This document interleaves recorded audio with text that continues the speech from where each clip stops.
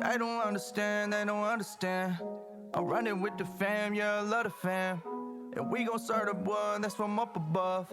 And they gon' know it's us by the way we love. All my brothers and sisters and all my mothers and fathers. And we gon' worship the Father and we gon' drown in this water. All my brothers and sisters and all my mothers and fathers. And we gon' worship the Father and we gon' drown in this water. Family, family, family. Christ up one time for my whole family. Welcome to Reformed Dads, where all things are for dads, through dads, and to dads, as well as the aspiring husband and father. I'm your man, Dusty Marshall. I'm a Christian husband, father, hip-hop artist, and co-founder of Irregular for Christ Ministries. With me, as always, is my man, Norm, the Master's dog, Dunham. How are you doing, brother?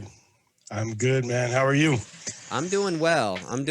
You know, got a new setup here at the house, which I'm excited about. And just, you know, we'll be figuring it out as we go. How are you? How is the family doing? Family's good. Everybody's healthy again, and we're all back to work, and you know, nothing crazy going on. Nobody hurt from roller skating injuries, no COVID, no, just life as usual. So yeah, things are really good. So you're fully healed from your roller skating accident a few weeks ago, huh? Right. I have no back pain at all. I can get in and out of bed like a normal 40-year-old person. Good to hear. How's the normal work schedule? You've obviously changed to being working overnight, right? That's the new schedule. How is that going for you? It's not bad. I mean, there are some days that I come home more tired than others, but I mean, once I got into the flow and actually back into it after being home for 14 days with COVID, my body just stays basically on a nighttime schedule. So it works out really well for me. I go to work at 10 o'clock at night. I come home about 7-ish in the morning, wake my wife and my daughter up. We have breakfast, do homeschooling with Opal. We do lunch, and then I put her down for a nap, and then I go to bed. And then other days, you know, it mixes up on days. Fridays, I'm down at the mill, so we don't do school.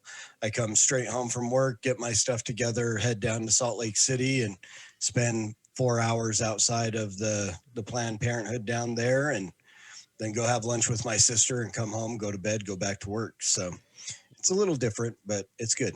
You know, brother, we might have to change your name to Norm the Night Owl Dunham with that schedule, bro, because that's an intense schedule. That's a good one. But you know, that's what you were called to do for your work, for being a man and leading your household and finances. And you know, that's a little bit about what we'll be talking about here today.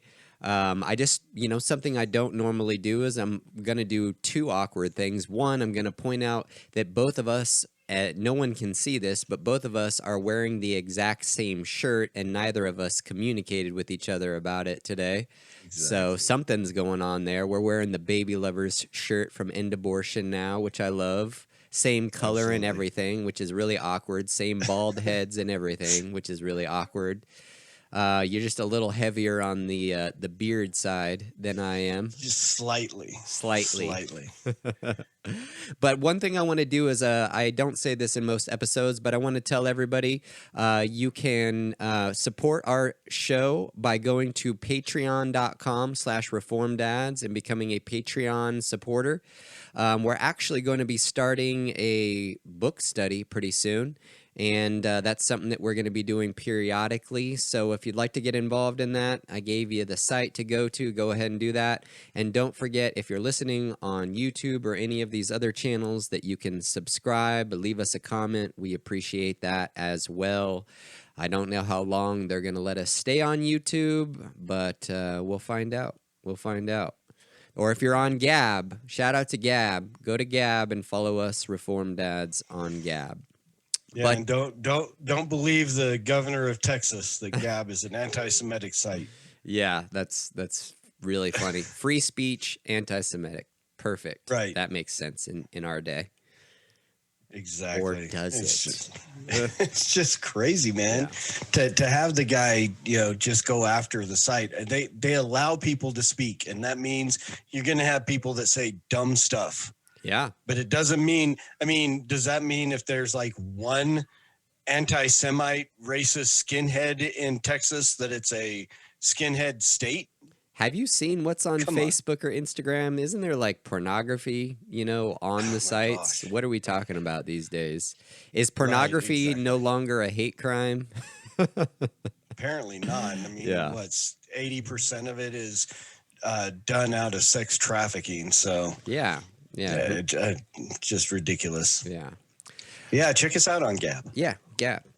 And check out my brother who has some of his channel on Gab. He's got his own channel where he talks about quite a few different things. One of them's called The Master's Dog. There's a few others, correct?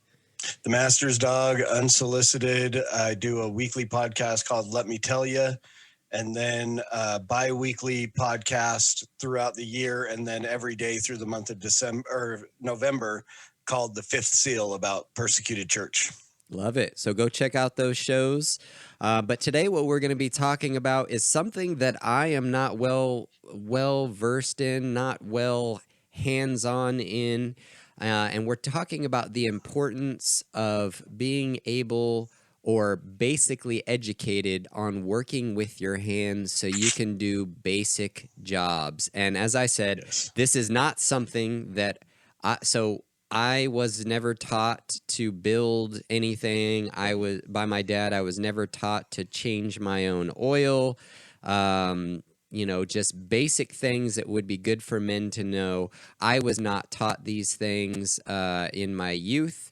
But now, as a 37-year-old man, I am just going to YouTube and going outside and building things. Right. Exactly. Yeah, my dad was not a hands-on guy by any means. You know, my dad, I don't know that my dad even half the time he didn't take the car anywhere to get the oil changed. So Just let it ride. just let it go, you Yeah. know. So yeah, that was not something that it was given to me in my youth either. You know, luckily I've had a couple of jobs that have given me like a little bit of ability in like low voltage electricity and stuff like that. But yeah, I'm kind of in the same boat as you as far as things with the car. Yeah, I'm lost on anything like that. But thankfully there is YouTube that you can pretty much learn to do anything. Yes. Yeah. Praise God for YouTube. I mean, for me, this topic kind of came up for two reasons. One, I started building a garden in my backyard. I wanted to be more self-sufficient. Not that I'm going to be growing enough food to have stuff year round, but I just started the process, right? I'm building 3 boxes. They're 4 by 8 by 2 foot high. And we're going to be growing our own vegetables in them. And then I had a friend come over who's a carpenter. Shout out Gabe Johnson, Heritage Building. But he did my chicken coop, and I'm putting in a watering system, automatic watering system underground. So I'm just kind of like watching YouTube videos, learning, talking to Gabe about, you know, building these boxes, and he's giving me tips. But it just made me realize, like, man, I don't have tools. I got to go buy tools first, and which is a big part of anything is if you need the tools to be able to build stuff, and I'm learning that. You need to have proper tools. They will help make things easier. But I'm just realizing, like, I have never in my life gone outside and changed my own oil ever. Wow. Right. I've done it maybe twice in my life. I had my brother-in-law, my ex-brother-in-law, was a mechanic. So he got me a couple of times underneath the car, showing me how to do it. And it very much made me appreciate the dude down at Jiffy Lube. Right. because I'm like, you know, but it's important to know how to do it. It's to at least have the experience of doing it once or twice. I mean, if God has blessed you to the point where you can go down and have the guy at Jiffy Lube change your oil, then that's great. But the knowledge of being able to do it, we did when I was pastoring a church in Colorado.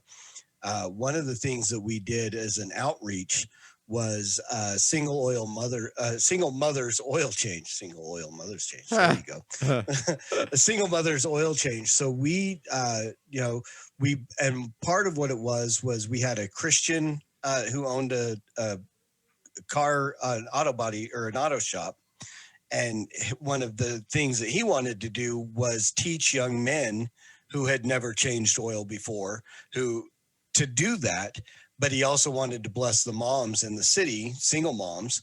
So they turned into this whole thing. So we brought in a bunch of young teenage boys who didn't have a dad or didn't have somebody to teach them these things, brought them in, taught them how to do it, and then donated oil and filters and stuff to a bunch of single moms. And so that was another point where I got to really kind of learn how those things worked and how to, oil the threads on a filter and put it in and all that good stuff. But it was also a really good ministry because I got the opportunity to sit in the office, and as single moms were in there waiting for their cars, we got to share the gospel with them. Praise so it God. was really an amazing ministry that we got to do for a while. So yeah, I mean, very cool stuff. The scripture is, whether you eat or drink or whatever you do all to the glory of God. You're able to use basic skills to bring glory to God, and God has called us to work. So we are glorifying God in our work. We're actually doing things that produce for our family or helping others in service. And for me, like a lot of the things that I do for work are, there's a lot for ministry are a lot of ideas and concepts or teachings, and I don't always get to see like a final product finished when I'm done with it. But with building projects or changing the oil on my car, like I get to see a finished project, and it's actually something that's good for my family. Or these boxes in the backyard, I get to go out in my backyard and use these boxes and see them, and there's a physical product that is benefiting my family. And there is something very satisfying as a man in saying like, hey, like God bless me with the hands and the strength and the knowledge to build these things, and they're going to help my family to grow food. And you know what?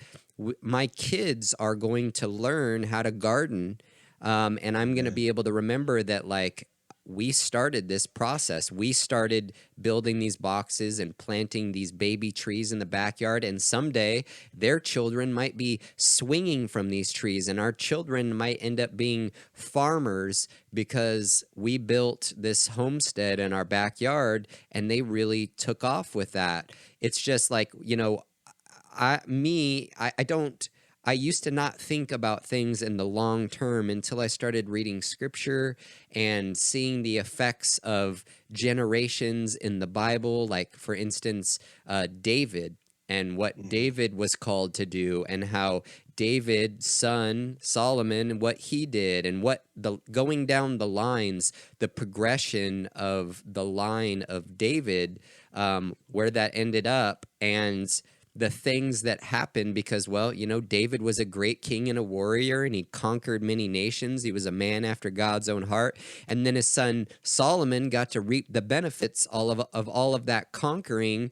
And then he got wisdom from God, and, it just continued and grew. And, eventually they ruined it by following after idols. But the idea is, leaving an inheritance to our children's children, generations down the line, them being blessed by learning actual skills like gardening, changing oil, these things.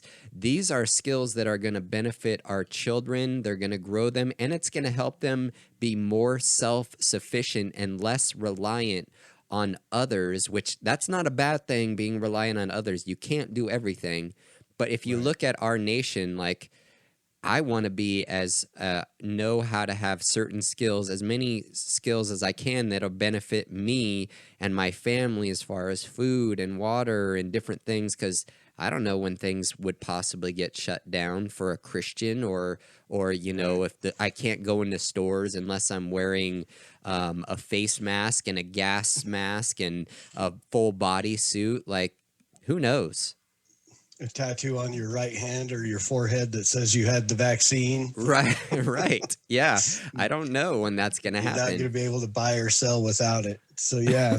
No, you're absolutely right. And it is a really good thing to be able to pass on that legacy to your kids. And, again, Opal, my daughter, is very interested in things like that. She likes to get outside when just even raking up sticks in the yard. Opal wants to get in there and do that. And I'm like, here, please do, because Daddy hates rakes. And, but, just doing the yard work and stuff like that. And she's so interested. I had to learn how to do sprinkler systems by necessity, because of, every time, at least once every spring, when we go to turn on the sprinkler system, some pipe has busted somewhere along the way. You can never get the thing to drain out completely. So you live in that snow land.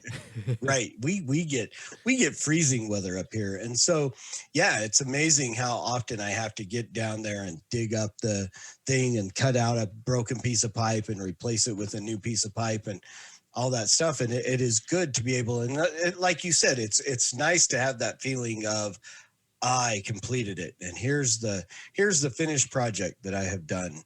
Yeah, absolutely. And to see the work of your hands, and to watch it start working again, and the water comes out and the lawn gets green and all that good stuff. So yes, there's something awesome, and I'll talk about gardening quickly and owning animals. There's something awesome about God's creation. I was reading a book, and it was talking about the things that God has created, animals and plants, like they reproduce. So technically, like for me, in having a tree, once I have that tree, God has created it to where I can reproduce that tree by cutting off branches and planting them. There's a certain system of it. Or chickens, they will continue to reproduce, and once I have a lot of chickens, technically I don't need to buy chickens again unless they die somehow. But if I take care of them and I take care of my garden, and they will continue to produce for me year after year after year, and they will supply my family, and that is amazing, because the things that we build, they break down and deteriorate, and then we got to build a new one. But right. The things that are living, I think about this all the time, like the trees and different things that are all around us are connected to the trees at creation. Right? Do you ever think about that? Like us as people, we're connected to Adam from creation, and everything around us is also connected to the original creation. God created it. Amen. We tended it, and it just continues to produce as long as we tend it well. Even if we don't tend it well, it goes on its own. But it's just amazing to think about the things that God has created, and how, hey, you might go get some eggs and have chickens, and then you can have chickens always if you take care of them, and you'll have eggs produced for your family. You'll have meat produced for your family. It's really awesome to think about. Yeah, exactly. I was just last Friday, while we were down at the mill on Friday morning, talking to one of our pastors down there, and he was talking about their chickens, and we talked about, having food and eggs and stuff like that. And he was like, we never expected that we'd have one that would be like 9 years old. And I was like, I'm amazed talking to you that you actually had a chicken that is now 9 years old, and you haven't, turned it into some kind of a chicken noodle soup yet. But yeah, because he's the guy that he's the hunter gatherer, which is everything that I am not. But no, we talked a lot. I remember just offhanded conversation with one of the guys from Wrath and Grace, and he was talking about just how important it is that every Christian should own chickens.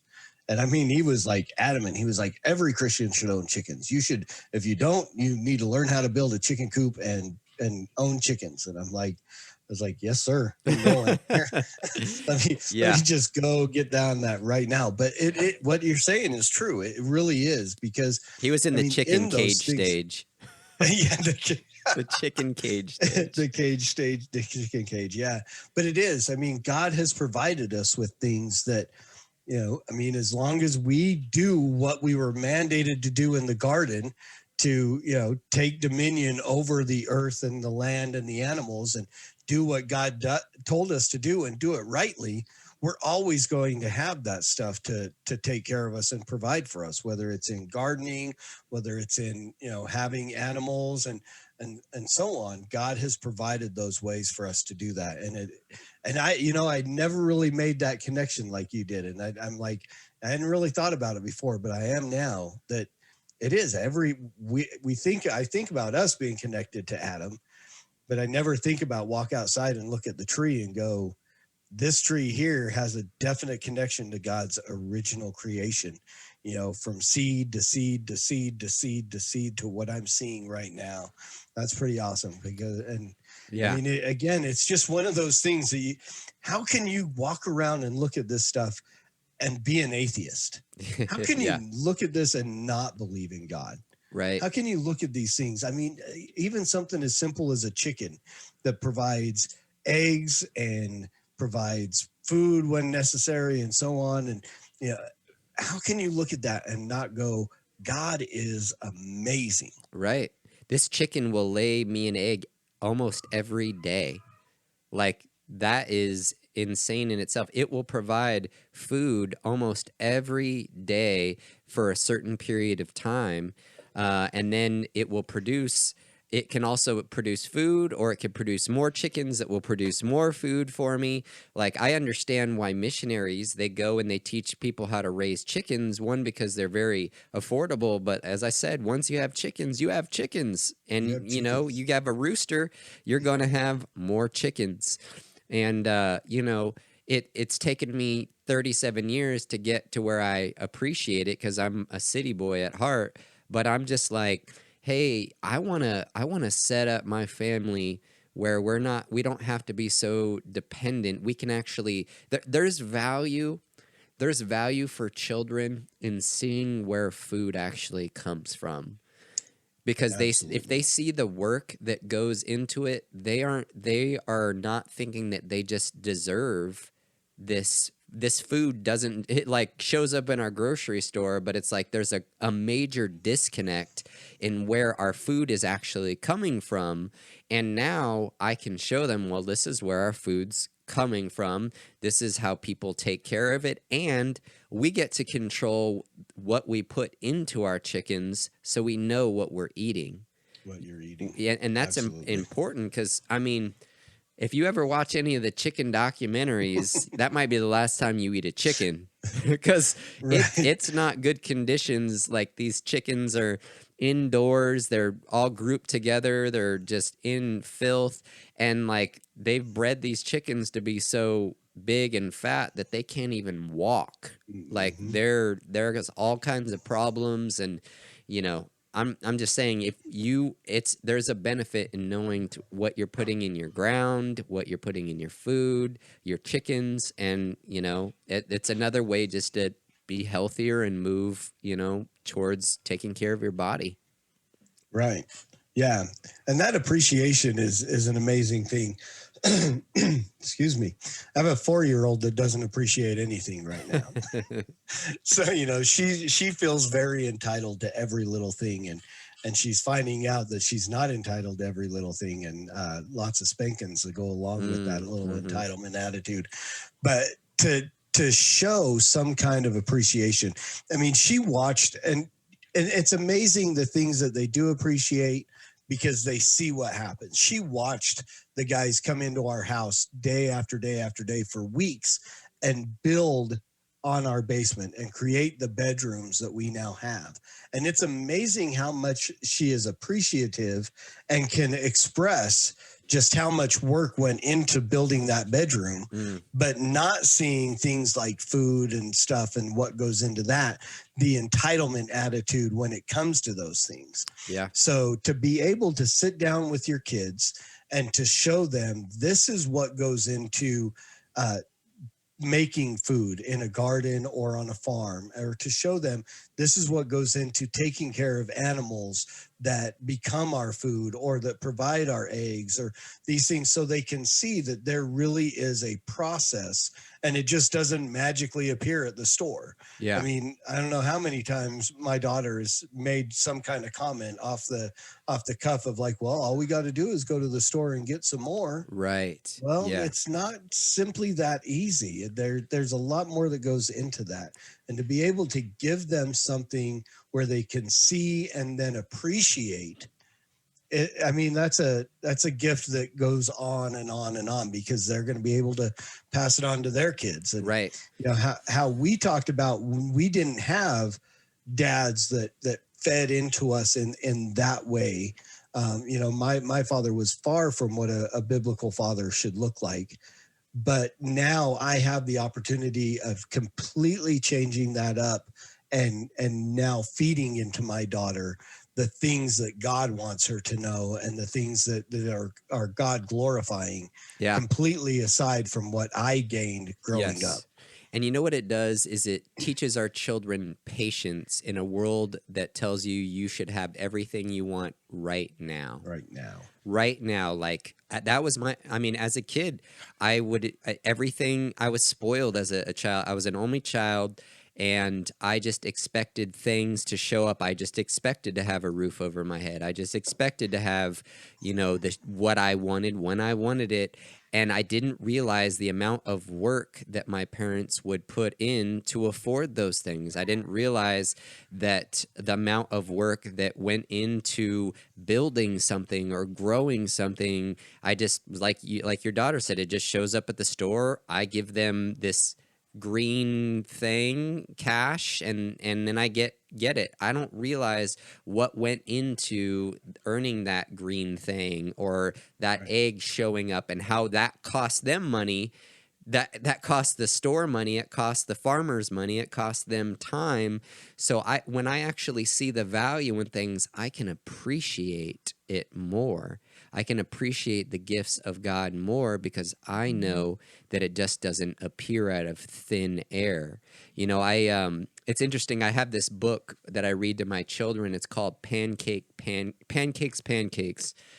And it's a book about a boy, and he wants to have a pancake, and he lives on a farm.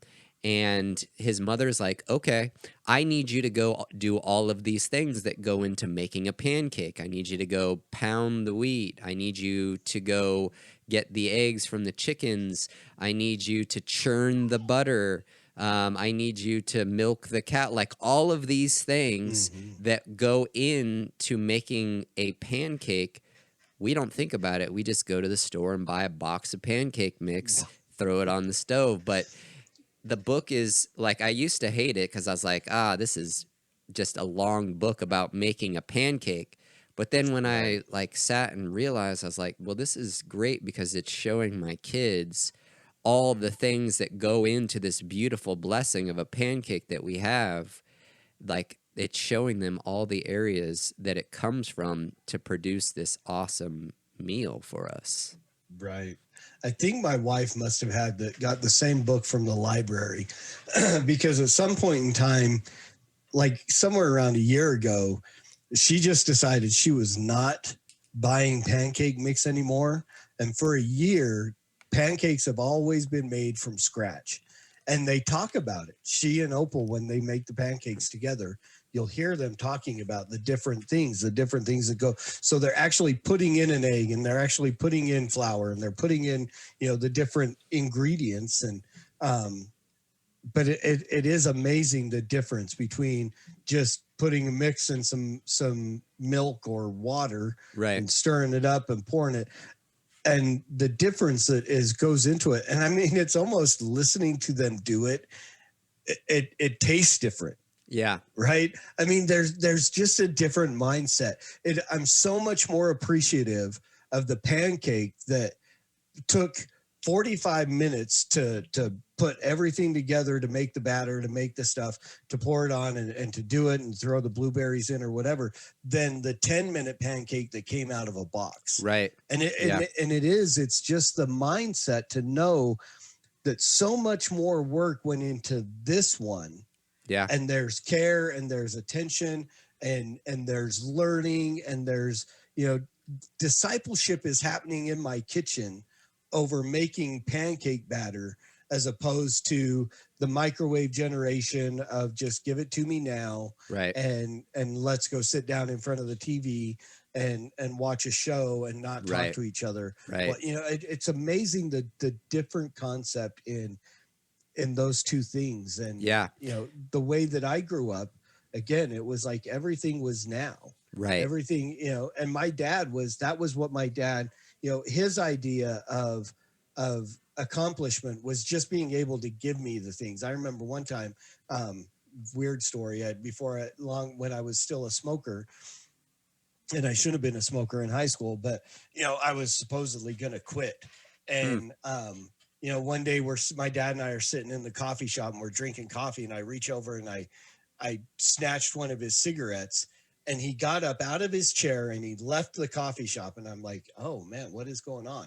And then like 10 minutes later, he comes back and he sets down a pack of cigarettes in front of me and goes, the rest of the carton is in the car. Don't smoke my cigarettes. But for him, that was an accomplishment, that he was giving me this grand thing in his mind, that he was able to just go and buy these and make, and that was it. It was like the instant gratification kind of thing. And it was weird. And I always think about that situation as opposed to when I'm doing things and I'm having to explain things to my daughter and make her wait for something or make her, and I'm like, I don't want to be like my dad was, where it was like, here's just a quick fix, and cover it, put it, whatever. I want to be able to explain, these are why we do these things. Yes. And sometimes it takes time and there's work and there's effort that goes into it, but it's much more appreciated when you finish it, when you get to the end. Well, the quick fix doesn't teach them to solve any problems, right? The quick fix is, I ordered a new one instead of fixing it, and it doesn't teach them any skills. My friend came over who has, I think he has 8 children, and he has some older kids, and he was telling me He was telling me that, once your kids get to a certain age where you can teach them to fix things or do things themselves, even though it will take them an hour or 2 longer to do it, spend the time teaching them to do it and giving them that opportunity, even though you could probably do it in 15 minutes, because you never know when the time is going to come when dad or mom isn't there or something's going on and they have to figure out how to solve a problem. He gave me the example, and this is just kind of a crazy story, but his friend was a rancher, and he had always raised his children to be ranchers. Like they were on horses from a young age, they were herding cattle from a young age. And he was telling me the story about one day when the guy's 12-year-old went out with his grandmother on a long horse ride, like miles and miles and miles away from the house. And the grandmother, I guess the horse reared up and smashed the grandmother's face to where she couldn't breathe, and he had to pull her off the horse. And there was no way that that anybody was going to drive there to get to them. So what he did is the 12-year-old boy gets off his horse, he pulls the grandmother over, he puts her in the shade because it's 100-some degrees outside and he knows that she's not going to survive in the heat. Right. He turns her on her side so she doesn't choke on her own blood and can't breathe. So he puts her on her side, and then this boy is able to call his dad, and based on the landmarks they're in, the where he's at, he's able to tell a helicopter how to fly and land where they are so that it'll be safe for the helicopter and that they can get there in time to help them. A 12-year-old boy is able to to navigate this. And the reason that 12-year-old boy is able to do this is because he has been raised to know where he is, what he's doing, if something happens, how to deal with it. I mean, I'm thinking about me as a 12-year-old boy, like grandma would have died. Grandma's dead. Right. Grandma's dead now Exactly. because I rode off and figured I would get help. And by the time I got back to her, she's dead. You know, like, Yeah. it's just like these skills that we never know when our children are going to need to use them. Like if we neglect teaching them and always are doing the quick fix, well, when the problem arises and the quick fix isn't available, they're going to be clueless. It's just critical reasoning skills. It's life skills that they're not going to know how to use because dad never taught them to do so. So when the situation arises, what do they do when the intruder comes in the house? What do they do? Right. Yeah, like if we never teach them these things, they're not going to learn it. And I'm a perfect example of that. I never learned to do these things. So now I'm kind of clueless on it. Right, exactly. And, you know, and it's a matter of intentionally, I mean, now we have to learn to do the things that we deem that are necessary to pass on to our kids. So like part of Opal's homeschooling, now that it's starting to warm up a little bit, and it's not so snowy and stuff like that up here in Utah, is when we go out and just, I mean, I'm lucky to live in a spot where just across the street is the foothill of the mountain and we can go hiking.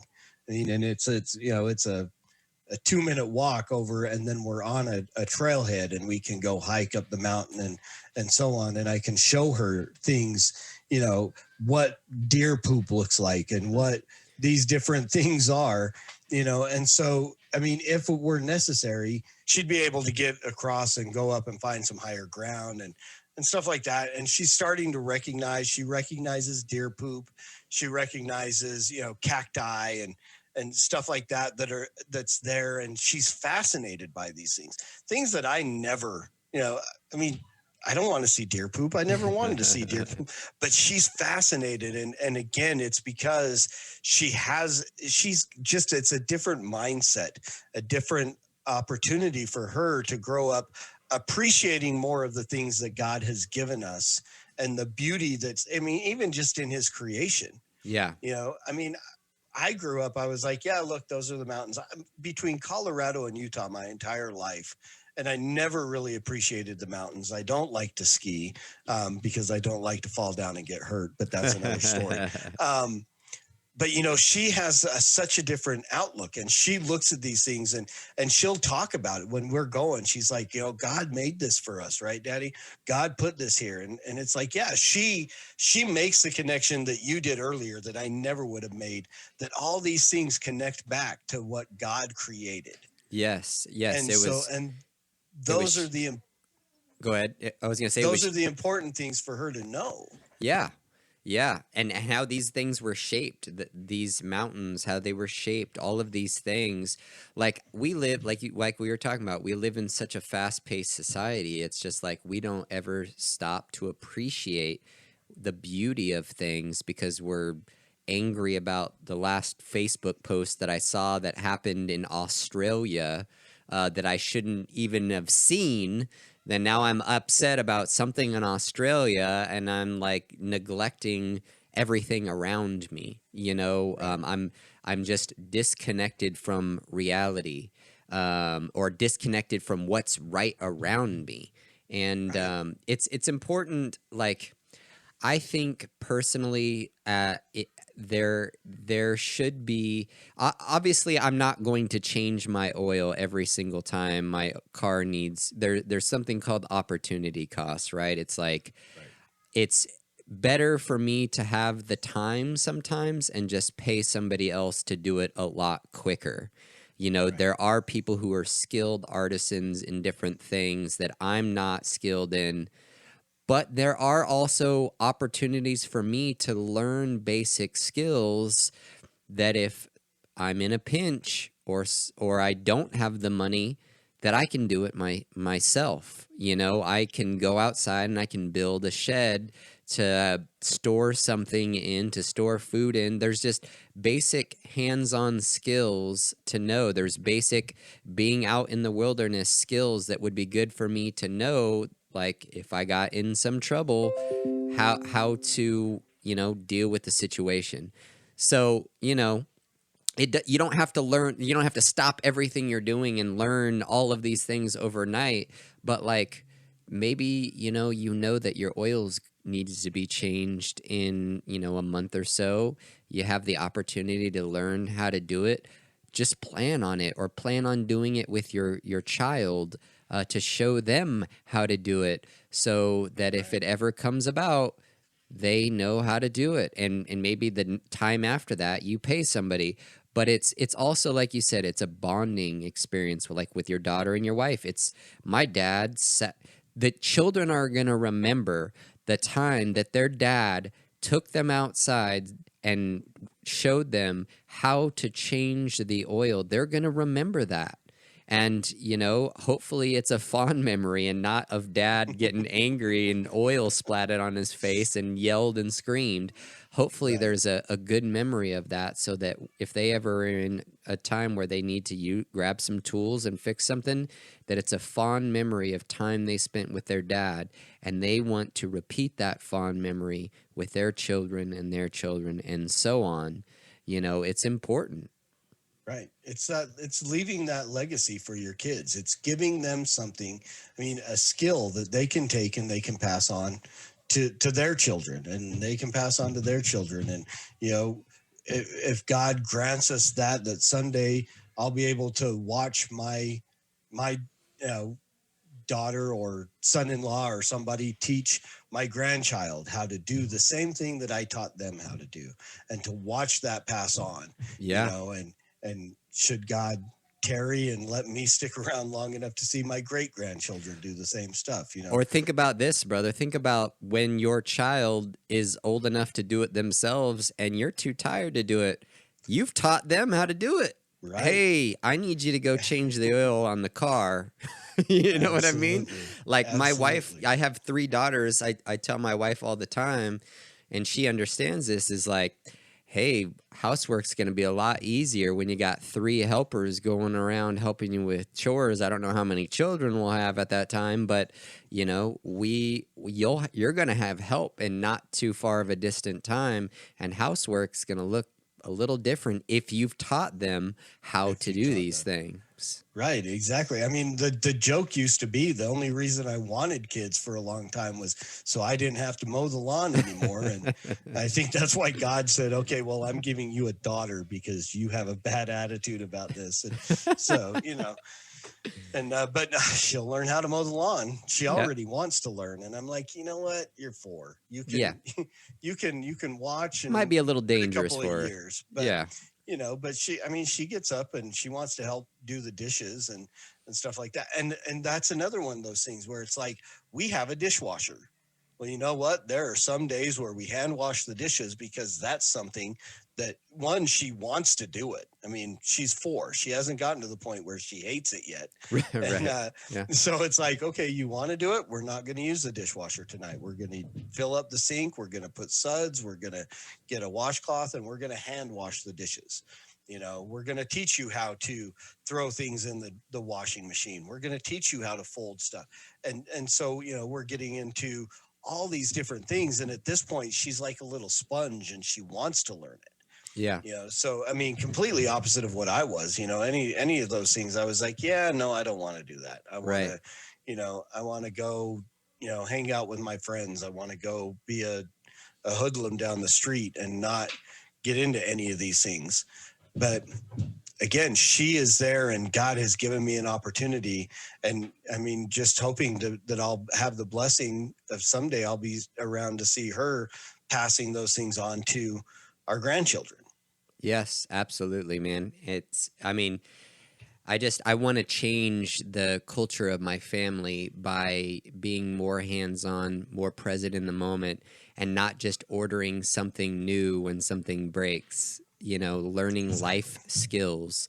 There's so many life skills to be learned. I mean, for me, I now, I'm seeing like this is kind of a different topic, but it relates to seeing how things work and not just like paying somebody else to do it or letting somebody else take care of the problem.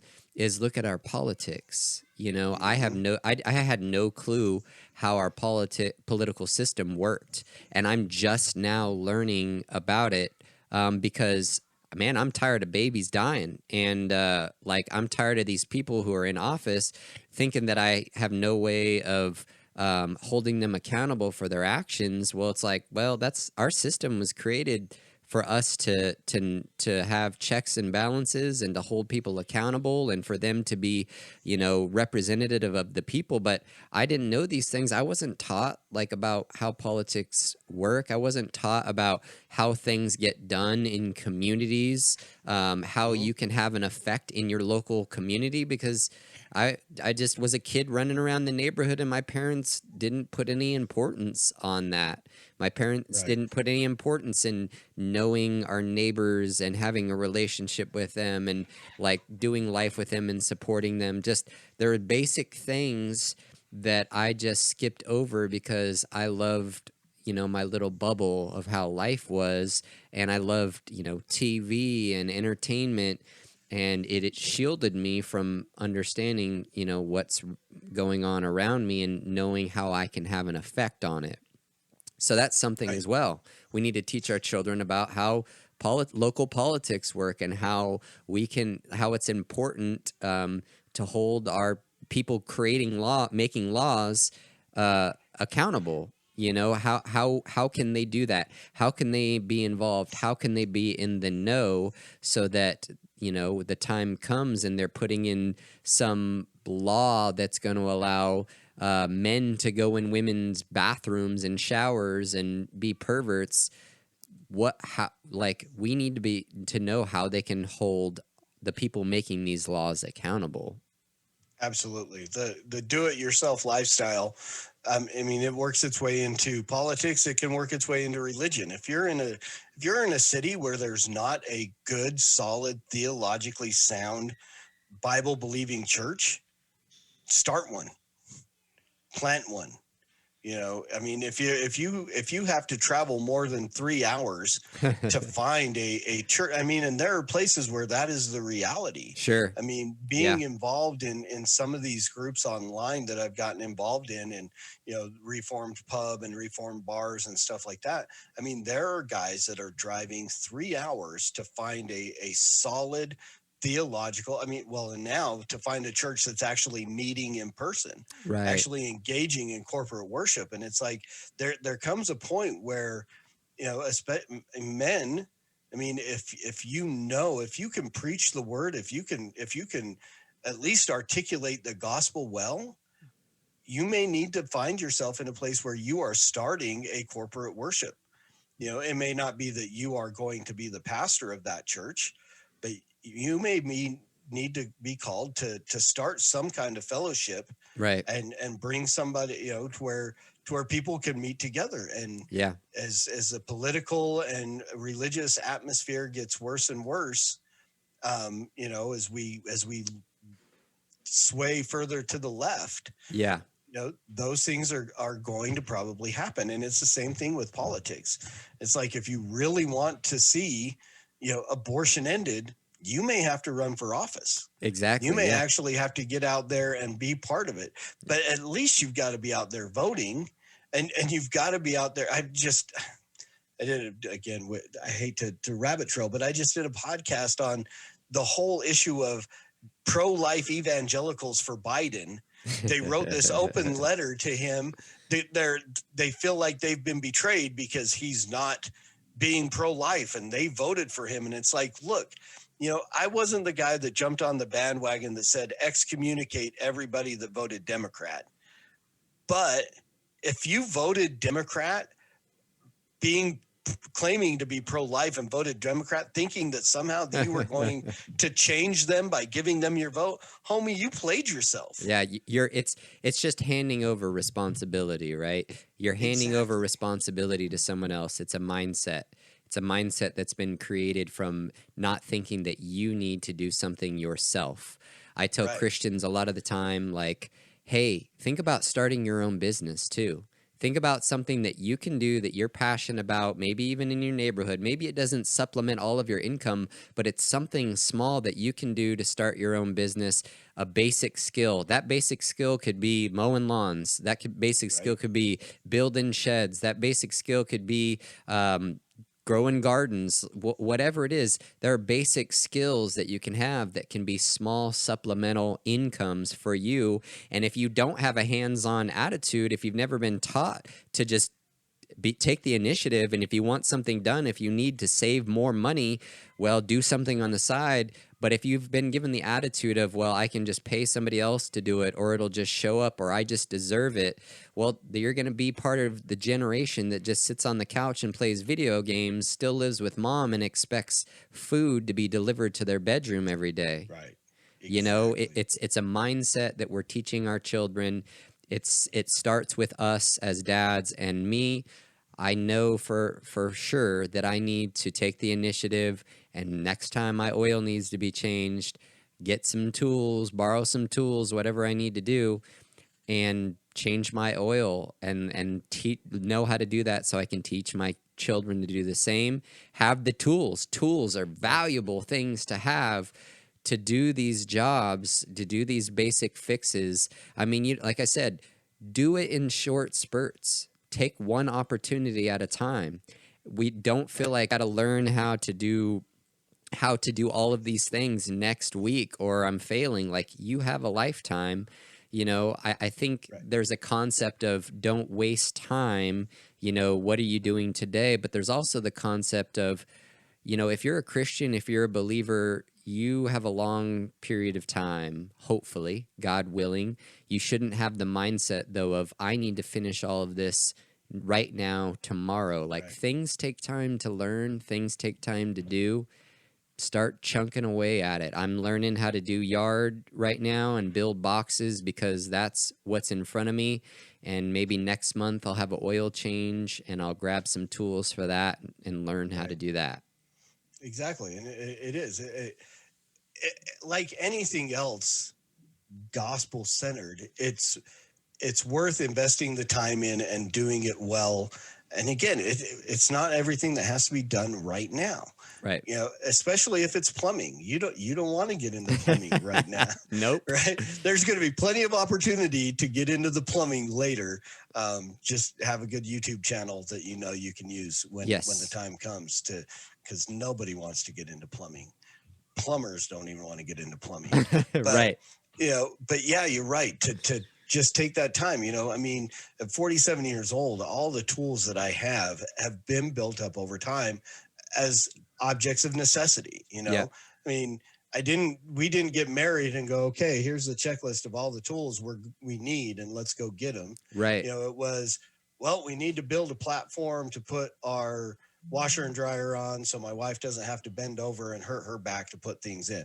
So guess what? I'm going to go buy a saw and nails and the stuff that I need to do and learn how to do this. And, you know, and you know, learn how to measure twice and cut once, because I did a whole lot of measuring once and cutting twice and going back to Lowe's to get more wood because I messed that one up. Fun. You know, and so, but it's a time period, and understanding that God God is gracious. And I mean, as I get older, you know, I'm buying less green bananas, right? But I still trust God has given me a time to be with my daughter, and I'm not in panic mode, but I'm also not, you know, I don't have to do everything right now. And we're going to learn those things over time. Yeah. And you have the opportunity to change the cycle in your family, right? You have the opportunity to change the cycle of, you and I weren't taught to do these things, but we can change the cycle for our children, and that will affect their children and their children, hopefully. And, you know, they could be more self-sufficient. They can have more hands-on skills. And if you look at the world, they're not pushing learning these skills. They're pushing just figure figure things out. You deserve the money. The government's just going to give you what you need, all of these things. They're not pushing those skills. They're trying to get you more dependent on the government to provide every meal, provide every health care, everything. They're wanting people to be dependent on them so that they can be the God that they worship. And that's not what God has called us. He's called us to work, to provide for ourselves. Some he blesses more, some he blesses less. That's for God to decide. But I can tell you what, learning skills, certain skills over your lifetime, those are going to continue to bless you as you go forward, and they're going to bless your children. So do it. Absolutely. Go and do it. Amen. Well, any last comments from you, my brother? No, I need to go buy a couple of tools. Yeah, I hear you. This whole show, I was preaching to myself the whole time. Right, exactly. The entire time, I'm like, okay, when am I actually going to go get those chickens? There you go. There you go. I do too. Eggs. Yeah, we go through about 7 to 9 eggs every day in my family. So yeah, I'm looking forward to them producing. Well, this has been the end of our show, and as we say at the end of each show, surely you need guidance to wage war, but victory is won through many advisors. Thanks for tuning in, and see you next time. They don't understand, they don't understand. I'm running with the fam, yeah, I love the fam. And we gon' serve the one that's from up above. And they gon' know it's us by the way we love. All my brothers and sisters and all my mothers and fathers. And we gon' worship the Father, and we gon' drown in this water. All my brothers and sisters and all my mothers and fathers. And we gon' worship the Father, and we gon' drown in this water. Family, family, family. Christ up, one time for